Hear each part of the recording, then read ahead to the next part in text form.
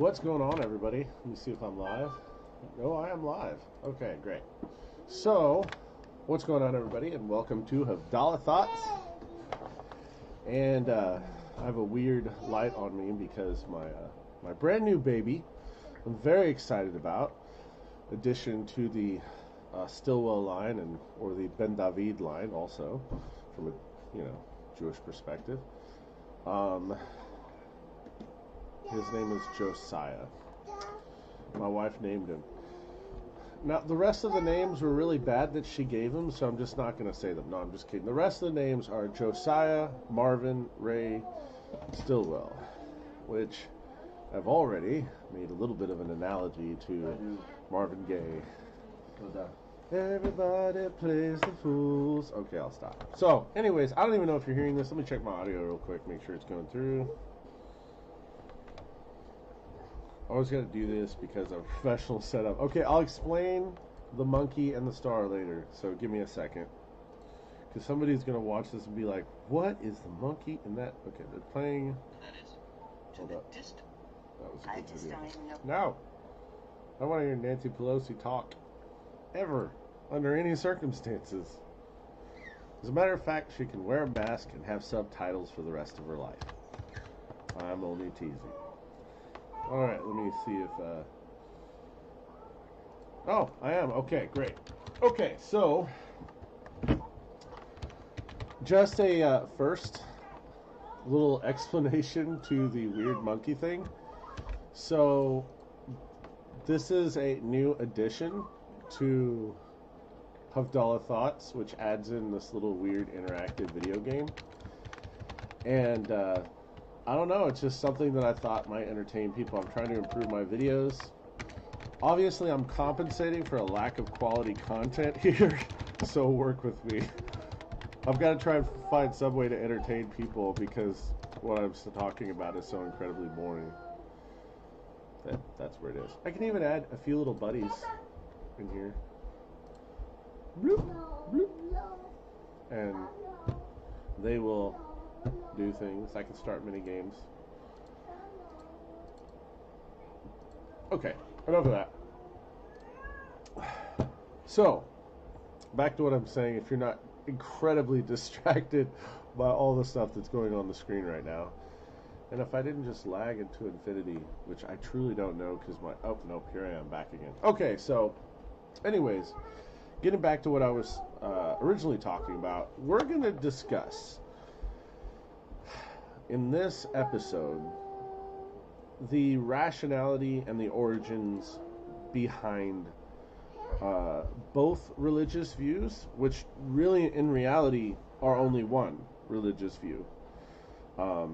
When you start looking at the mechanics of Christianity, and I didn't know he could do that, that's cool. When you start working at the mechanics of Christianity and Judaism, they behave differently, they operate differently. But in general, the message is the same. And my explanation for that will come a little bit later. But first, let's explore with the origins. Why is the story? Because in reality, in Judaism, oh, I got something new I can try. It might help if I kind of do a little visual demonstration of something that is, in fact, not entirely related to something else. Okay, so let me see if I can add this in here on the fly. I've got a new system that I'm working with. I'm not using the same system as the old one. So I guess I really don't know exactly how well it will work. So we're going to try it out. I'm going to go for paint here. Just pulled up. Okay, cool. So let me move this window capture down here. There you go. And one more. Okay, great. So in this, we have a, like, for example, say we take two circles. And conceptually, you have Christianity and Judaism, right? So you got Moshe, no biting. Or I'm sorry, Judaism. No. and Christianity. Well, they behave differently, and that is definitely true. For example, Judaism is an orthopractic religion.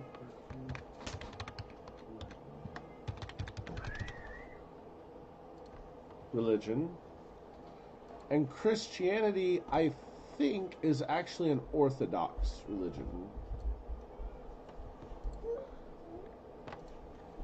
Which I know you're going to say, well, wait a second, isn't Judaism Orthodox Judaism? Yes, but we're talking about the differences. I understand it. So, for example, this I got from my rabbi, who's one of my rabbis, really, really brilliant guy named Wiederman. And, I mean, this guy is, I mean, when it comes to understanding, like, at least Torah, stuff like that, he's great. He's a very, very broad knowledge, almost an encyclopedic knowledge. Okay, so he defines orthopractic as being one practice, and orthodox as one theology, or one faith religion. I don't know how to explain it. In this concept, Christianity is unique because it has certain elements that really identify it. The first one being the faith required for Jesus Christ for salvation. And that is unique. It's a all around the board in Christianity, even in Catholicism, which is like the tuchus of Christianity. I'm sorry, Catholics. It's just I'd take it back, but it would still be true. So even in that, the faith in Jesus Christ, I say for, but the faith in Jesus Christ for salvation is the primary element of Christianity. This is one of the things that defines it.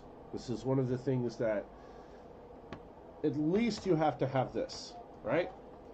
In Judaism, if we were to take that other aspect, we would actually see that that area is detached. Because the faith in God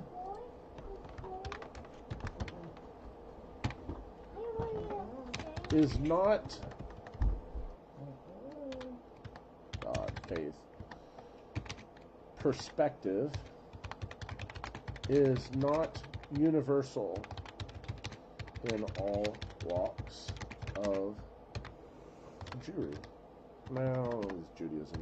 Is Jewry okay. In all walks of Judaism. Okay, so the perspective is not universal. Also, it is argued by many rabbis, but possible.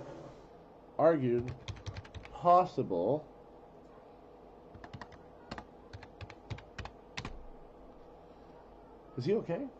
That's me. Oh, okay. Argued possible that faith in God is not necessary to be a Jew.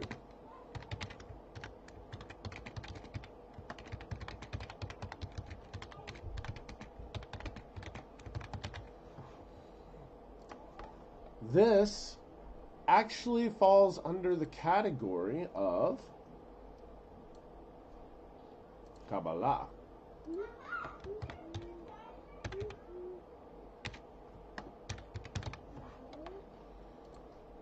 Which means that the perspective of the spiritual world in Judaism is a matter of somewhat, in a sense, individual choice. Okay. This is how you could definitely have Jews that believe in Jesus, yet still maintain a Jewish faith. Because in actuality, even though there has been a lot of modern commentators state that you can't be Jewish and believe in Jesus, the there's a disconnect there whenever you can be Jewish and be a gay, transsexual, woman, rabbi, Satanist, and still be Jewish, but you can't be a Christian. At that point, I begin to be suspect of the logic there.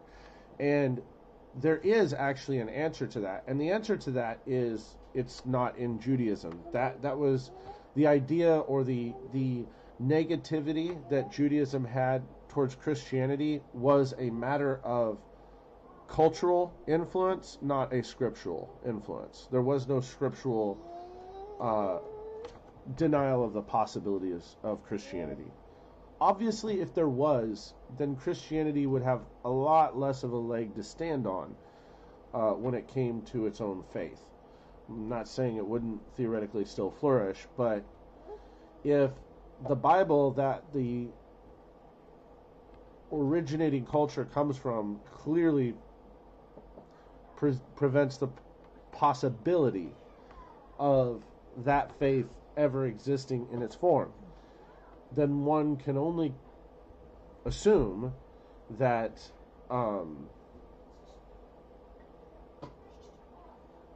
somebody who's intelligent would have figured it out and would have been like, hey, there's just no way this could be. You could have a really, really devoted Christian, but if he looks in the Bible and he goes through there and said, wait a second, Christianity can't happen, there's clear continuity errors, I don't think it would have been as successful as it was. So just keep that in mind. Okay, so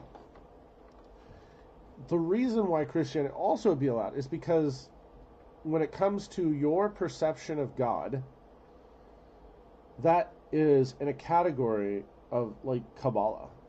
That's your mysticism. That's your innate nature. Now, I'm studying Kabbalah now, just basically, and there is I want to use the word disparity. Yeah, there's a disparity among teachers of Kabbalah as to the literalness of Kabbalah, meaning that if you were to say a bracha, a blessing over an item, does that item become literally, figuratively, and observably now charged with spiritual energy? Well, the teachings, especially the ones that I'm more interested in, say that it does not actually. That only occurs in the spiritual, and it doesn't also occur in the physical. And if it does, the idea that it occurs in the physical leans in that direction, leans a little bit towards witchcraft. So, when it comes to the spiritual things, they also are not in the category of halakha, which is law. This is not really governed. Halakha is not governed in Judaism by the spiritual aspect, whereas in Christianity, the meaningfulness and I guess you could say to the point, the point of what the intention of God was saying is far more important than the literalness, whereas halakha is literally, by definition, literal law. Okay? So where Judaism differs from Christianity is that the law in Christianity is unique, varied, and can be completely different based upon which sect you have. As a matter of fact, just as there is a disconnect when it comes to the actual, like I said, Orthodox and Orthopractic, just as there is a disconnect between like where your view of God, if it's not exactly in line with every other Jew's view of God, it's not that big of a deal, but if your view of the law is something other than either was written in Torah or reputable sages or reputed rabbis said, it is a big deal. Well, the opposite is true of Christianity. In that in Christianity, if it's, I hope you can see all this, and I hope I'm not like talking to myself, but oh well. But in Christianity, your perception of God is all important, your perception of the law or doing things by the rules far less important, so long as you get the concept right. And that's where Christianity has this freedom from the law. And this really breaks down that concept. They both have their own unique elements here, but they also have their differences. But in reality, if you really look at it, they're both on the exact same axis. They're both began at a certain time in history and will end. They began the exact same way. They both are in complete agreement on how the world began. And they're both pretty much in complete agreement on how it will end. The world begins in Bereshit, Genesis. In Judaism, Christianity agrees with that. There's no problem with that. It's understood of that. Even racist Nazis hate everybody understood that it began in such a way. And Christianity's view of it will end with the return of the Messiah, and also for a lot of Hasidim, the Chabad Lubavitch, they also believe it will be the return of the Messiah. But for a lot of Judaism, it will be the coming of the Messiah, will bring on this worldwide sort of end of the world scenario.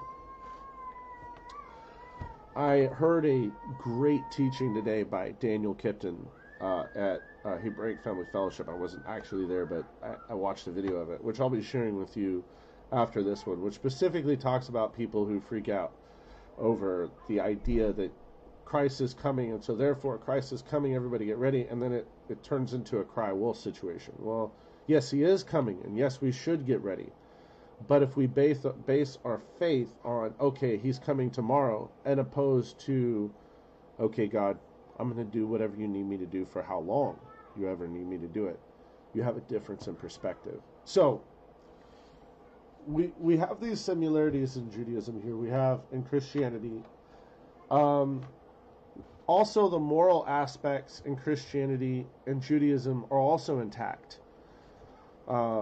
Cheating people, being good to your fellow man, taking care of your wife, doing honest, integrity things. And I know that some people say, well, Jews are known for exploiting people. One of the most interesting things is a study on the law in Judaism and just how little room it gives for exploiting. And it really, really does not give much room for exploiting Gentiles. I'm not sure how the Jews that did exploit, they were not the majority, because there's lots of laws taught against cheating even Gentiles. As a matter of fact, the slavery laws that the Jews had are really very similar to our employment laws today in most of our jobs, in concept. They were not a society that, at least by using the Torah, the Talmud, the Mishnah, that was geared towards cheating anyone. It's just a fact. And it certainly was not a religious belief that ever allowed them to cheat anyone or manipulate them. So, back to what I was saying.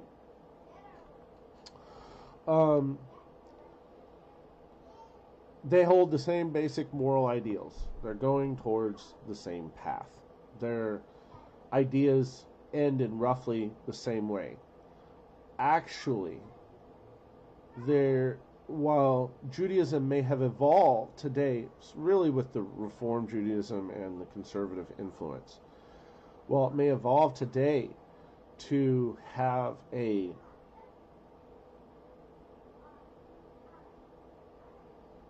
restriction or a ban against the belief in Jesus, that was not part of the religion any time until like 600 or 700 years after Christ.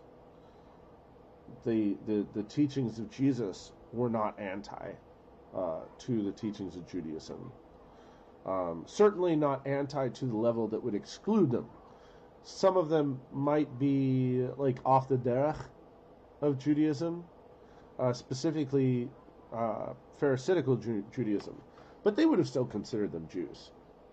I think really what caused the form of Judaism that believes in Jesus to not become Jewish was the inclusion of Gentiles.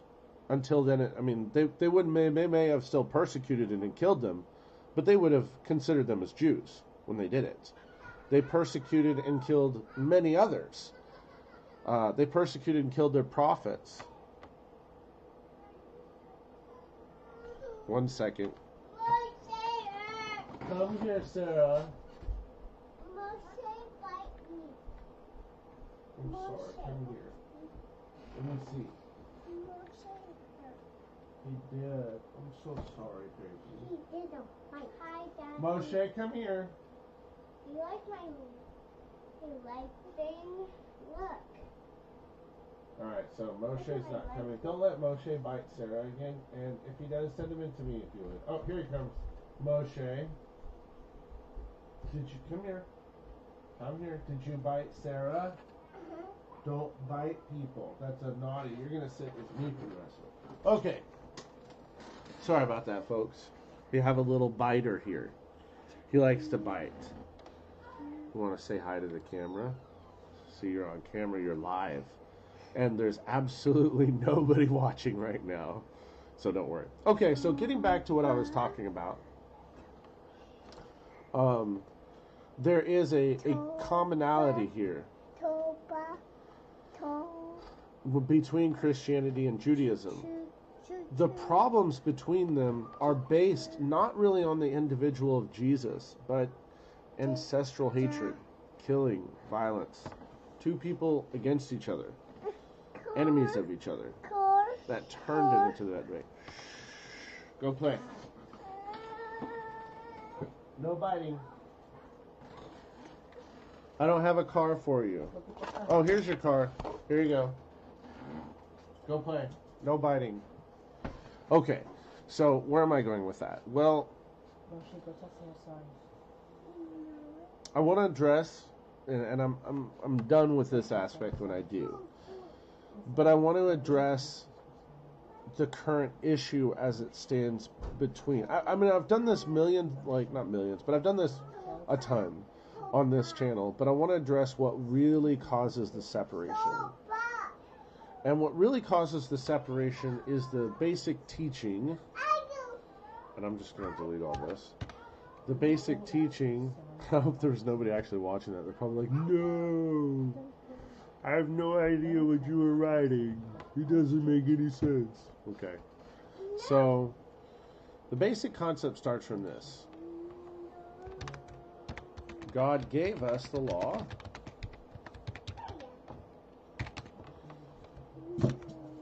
God, one second.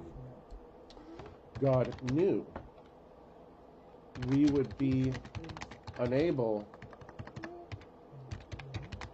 to keep the law. So he sent his son. Sorry for all the grammar Nazis out there. Not calling you a Nazi or anything. That's really mean coming from me. But so he sent his son, his only son, JC, to die on the cross for our sin. That's the concept, all right? And that's where it begins, and I think Christianity would agree. And actually, I think Messianic Judaism would agree. Yes! All right, come in here and sit on the couch, please, because... Sit on the couch, sit on the couch, sit on the couch. I can't do Havdalah thoughts and watch you guys too, so sit on the couch and don't move. Thank you. Okay, so God gave us the law. God knew we would be unable to keep the law, so he sent his only son, Jesus, to die on the cross for our sin. That's the first concept. I think Messianics would agree. Okay? The next part is some Jews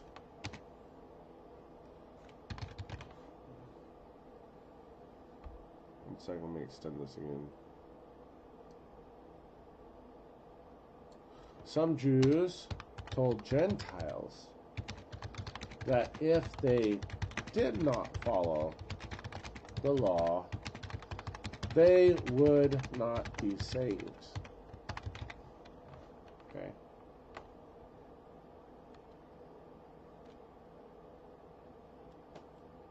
It wasn't all Jews, but it was some Jews. Okay. And then the last part, the last statement is, therefore, this is literally as it works out. Therefore, if you teach people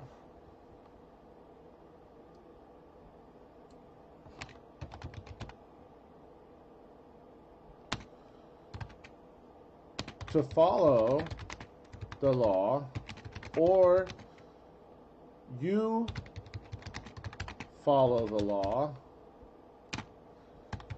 you are shaming your salvation. Not slavation, that's weird. Shaming your salvation. Okay? So, the some Christian groups would look at this and they would say, okay, well, you're not shaming your salvation, you're rejecting your salvation and you're going to hell. Some Christians would look at it as a line, between damnation and over here error, where error is, what you did wasn't that bad. You made a mistake. You made a wrong decision. Your heart was right, but it was in the wrong decision. Based upon when it comes to, do they view whether or not you have salvation, versus whether or not you just made a mistake you need to repent from and learn from, right? And that's where messianics fit inside of this.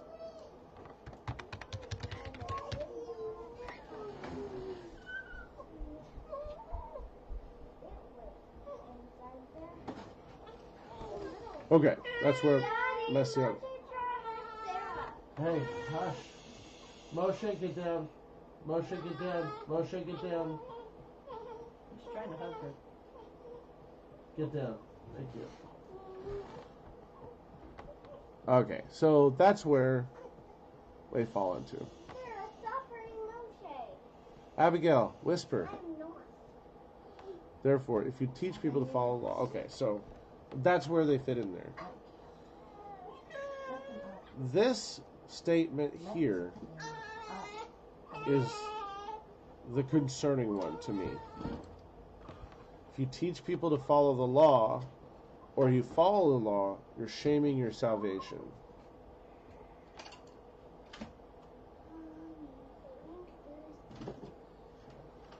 So if there were some Jews that told Gentiles that if they didn't follow the law, they would not be saved, how does that turn into, that means if you follow the law, you're not saved?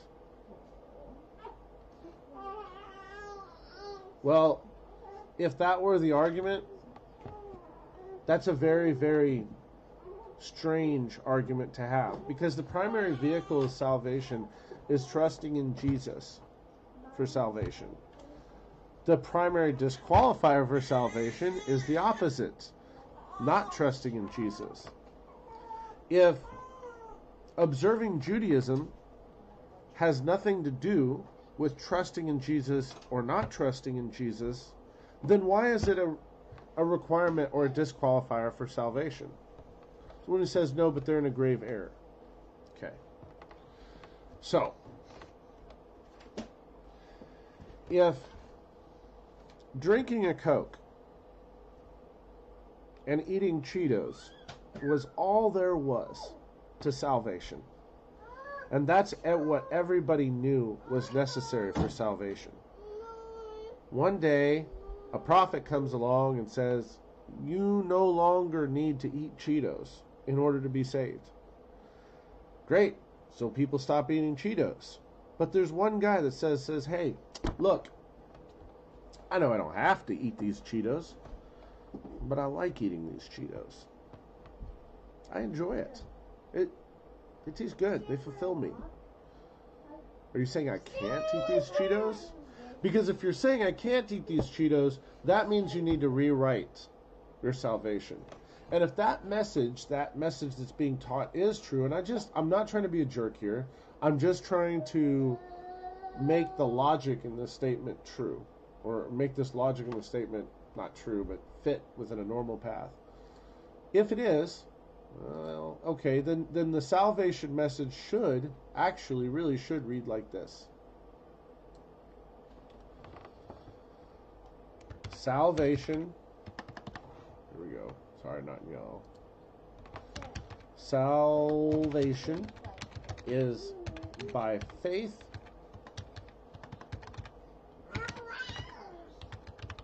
through grace. You need only to genuinely repent and ask Jesus into your heart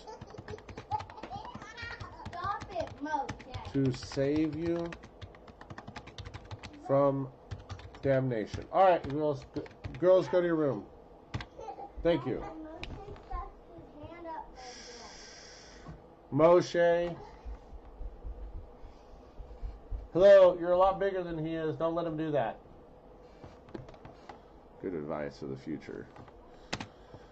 You need only to genuinely repent and ask Jesus into your heart to save you from damnation. Now, if that area that is highlighted in yellow in there is true, it should read,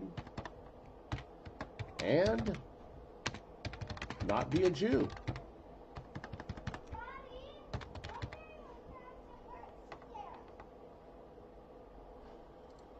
And not be a Jew.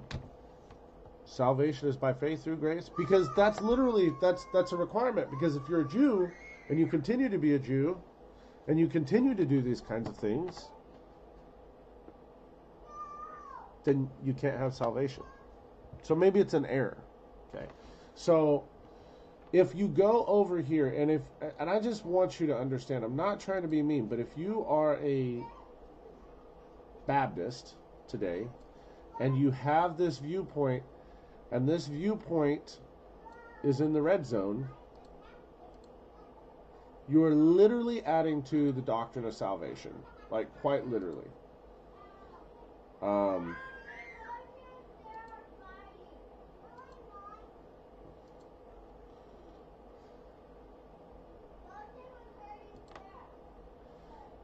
Now, what if you think it's an error? Okay, so these guys here, these messianics, they're just mistaken, you know. Their heart's in the right place, but it's just an error. It's a mistaken viewpoint. Then it's an error. Do you have any errors? Is it possible that you have a viewpoint? If it's not a salvation-related issue, why are you worried about it? Just being real. Why are you worried about it? You're worried that it'll lead into apostasy? You're worried that it'll turn into something that is completely unacceptable? Why are you worried about it? Okay. So my kids are freaking out, and I have to intervene at some point. So I'm going to go ahead and get out of here. I hope you enjoyed this video. I know it was a little weird with the monkey thingy and all the other funny, weird stuff on there. But like I said, I hope you enjoyed the video. I'm going to be starting up more with the Havdalah if you're ever interested in this to find out about the Havdalah. And we're going to be adding into actually having full Zoom in the Havdalah. So in following days, if you're interested in joining us, we're going to be having a online congregation where it'll also be online and live. Okay. Again, thanks for watching or not watching. I hope you guys have a awesome week. Watch out for the cold. Leith Riot.